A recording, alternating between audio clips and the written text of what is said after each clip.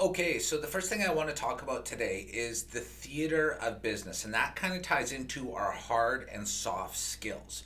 So, the whole idea here is we clean things. Ultimately, if you want to be oversimplified, we move stuff, right? Whether it be we're moving a ladder, we're moving squeegees, we're moving buckets of gutter debris, you name it. That's kind of the most simplified version of what we do.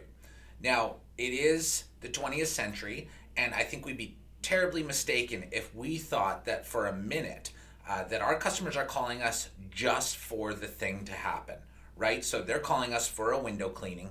If we just go and clean their windows and leave, that's the example of the hard skill. The cleaning of the thing is the hard skill. And yes, we have to be proficient in that. There's no doubt about it, right?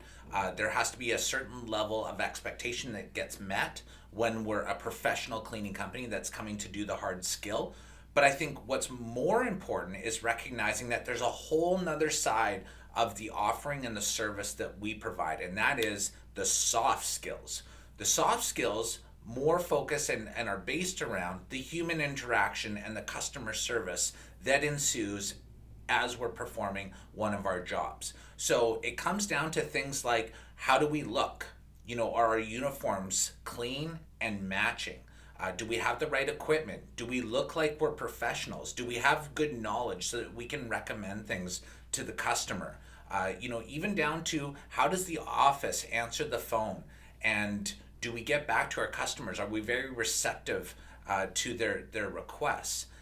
All those things kind of filter in to a place in the mind of the customer that ultimately is going to define whether or not they have us back. And the whole idea here with a service business is that we get the repeat ability of servicing our customer.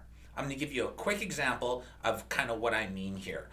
Again, the Crew Leader Handbook goes through this example, but I'm going to just reiterate it in case you don't have that handy. But make sure you have that Crew Leader Handbook handy.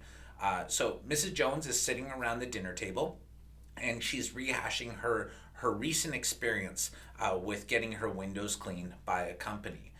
The first scenario is the gentleman showed up at the door. They were a little bit late. The guy smelled like maybe a little hint of alcohol or some tobacco products. He wasn't very clean, and honestly, he was just wearing like a t-shirt.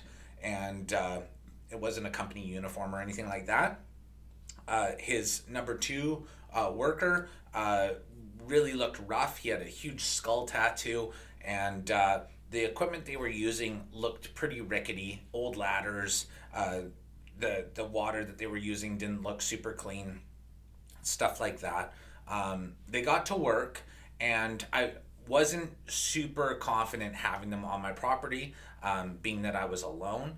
And they did get the job done though, and actually the windows were totally clean and very, very, the windows looked great in the end. I didn't really get a good vibe from them personally, but they did a really good job of cleaning the actual windows. Okay, that's scenario one. Scenario two, I had my windows cleaned recently. The crew showed up. They sent me an automatic reminder first off 2 days before through my email, so I knew exactly kind of what the most recent time is that they would be showing up. They showed up and they were in a fully deckled out work vehicle. It had all the correct ladders, nice roof racks on top. They parked off to the side, so they stayed off my property, which I like. And they got right to work. The gentleman who was the crew leader was super polite, pleasant, courteous. He actually recommended that I get my gutters cleaned as well, and he showed me a picture of how much debris is in them. It was so helpful, given that they were already there servicing my home.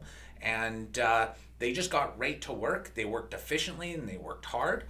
The window cleaning itself was pretty good. There was the odd streak here and there, but they actually did ask me if there were any issues, and they corrected them once I showed what the minor issue was. And then they packed up and they thanked me for the work, and they were off. Okay, so that's scenario two. Imagine who I think I called her Mrs. Jones. Imagine who Mrs. Jones is going to go with when she needs her windows cleaned in the future sometime. Is she going to go with scenario one, where ultimately they did really good hard skills, but the soft skills were tremendously lacking? Or is she going to go with number two, where the soft skills were completely on point? She felt comfortable, well taken care of, and they really fulfilled that professional entity in their mind or in her mind. And the hard skills were good enough. They were passable. They were proficient. Obviously, she's going to go with number two, and that's, I guess, what we're pursuing each and every time, and what we're recognizing is super important to the customers, that we have not only the hard skills, but we also have the soft skills as well. And a lot of this falls on the crew leader to make sure that we're maintaining that level of performance when we're out on any sort of job or out in the field. So that's the whole idea here with this first chapter of the theater of business, as well as hard and soft skills.